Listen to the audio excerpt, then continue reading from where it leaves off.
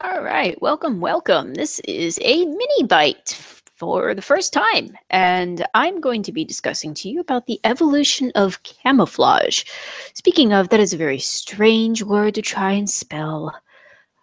Anyway, so basic concept is you have a beginning ancestor animal, which in this case is a yellow animal. So how do you get from this to this or even this? They are basically all highly evolved animals that are supposed to fit into an environment somewhere, right? Except in this environment, they're not exactly all that well suited to it. They stick out like a sore thumb. But there is no predator, so let's reset the scenario. Here we go. Here's a nice environment for them to live in. You can see we've already got one little group of animals there. And we'll add another one, and another one, and another one, and another one. Now, there's something I want to make completely clear on this. These are not just individual animals you're looking at. For the sake of this scenario, each of these little individual kangaroo shapes actually represent 100 individual animals. So you've got a fairly large population here. You've got about 500 different animals, in theory anyway.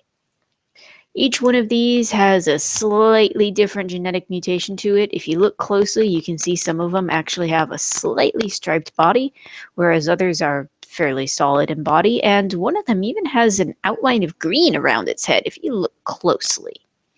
But for the most part, they all pretty much look very similar, and they all really don't blend into their environment all that well. So let's introduce the predator. Yes, this is a warg toy from Lord of the Rings, but for sake of argument, it's our predator. Now, let's go through the steps.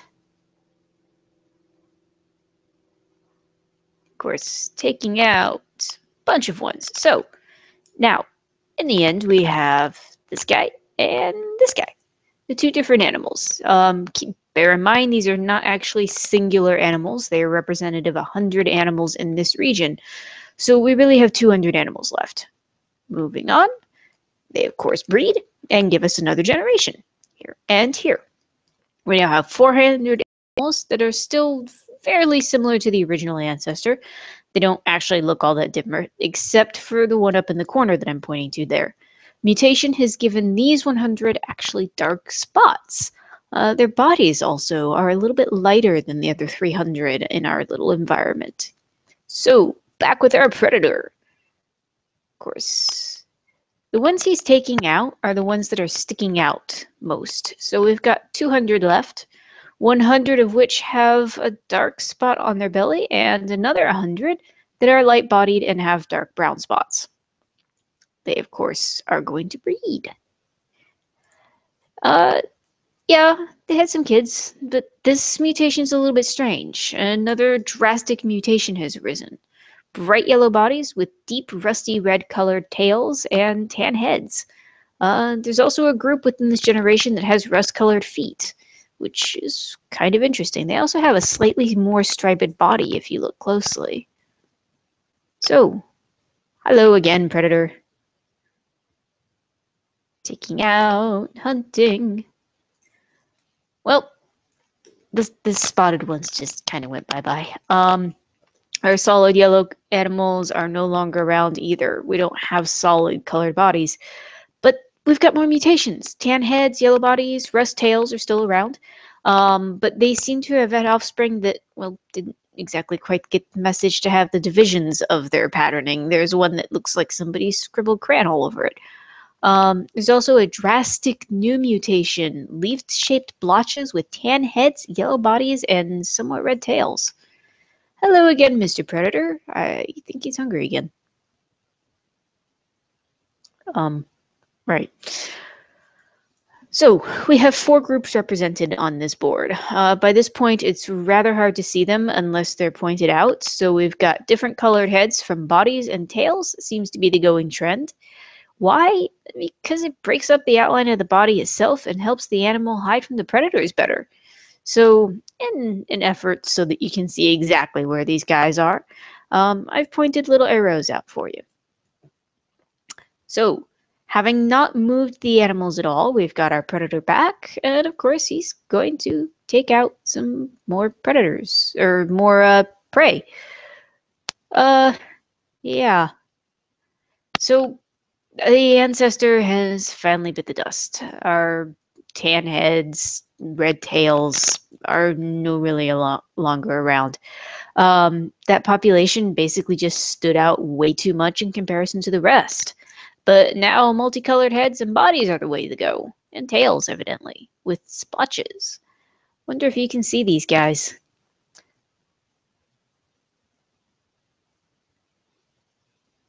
Whoa. There's actually 3 groups left. Instead of hunting down 200 of the 400 animals represented, the predator only ate 100 of them. Question is why? The answer, of course, is because it's actually very difficult for the predator to see those animals that had adapted to suit their environment. They evolved camouflage. So what if the situation is different? What if the original yellow animals were suddenly displaced into a jungle? There was an earthquake and they had to run off somewhere. Ouch. They really stick out. But there is something curious here, and I don't know if you guys actually noticed it before. Some of the animals actually have a very faint green outline on parts of their bodies. It's a strange little mutation that didn't really have a chance to be exploited before. It didn't have much of a purpose in the deserty environment because green sticks out, whereas yellow didn't. So we've got a different predator this time, and in an effort to kind of simplify this, he's going to hop. So there's 1, 2, 3, 4. Ugh, we've almost wiped out our entire population.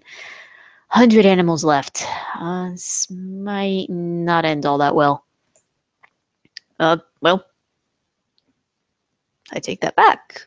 They actually made babies. But some mutations have popped up again. Green outlines, spots, tipped ears, paws, and tails. This should be interesting. So, of course, we've got our little predator back. And we're back down to 100 animals again. But it's the ones with spots. Is this going to be advantageous in this environment? Of course, they were able to breed, and even brighter spots arose. We also have a throwback gene, which is kind of cool. This happens in modern-day horses. You can look that up. It's pretty darn cool. But there's also a drastic mu mutation that has arisen. It's down there in the lower corner. Bright green body instead of yellow. Well, at least we have 2 populations left this time. And they breed, and we've got a really strange mutation. This one's actually striped. And yeah, that was taken out rather quickly.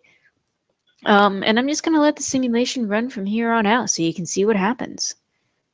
So, of course, Predator takes out the different animals. Those remaining populations breed. Predator takes out the ones that stand out even more, as in this case. Those breed. And I actually have kind of lost track of where our population is. Do you see the last 2 populations that our predator didn't? Gotta look closely, and you may have to rewind the video, but... So, I have some takeaway questions for you. Feel free to answer them in the comments if you like. The 2 N species, are they actually the same species as the solid yellow ancestor that we started out with? Do you think that the N species could actually breed with the 3rd generation that you see? Do you think that these green camouflaged animals could breed with the yellow camouflaged animals, the end population, as it were? And what do you think would happen to the body shapes of these animals if given enough time? Would these creatures eventually develop mutations that altered their body shapes as well?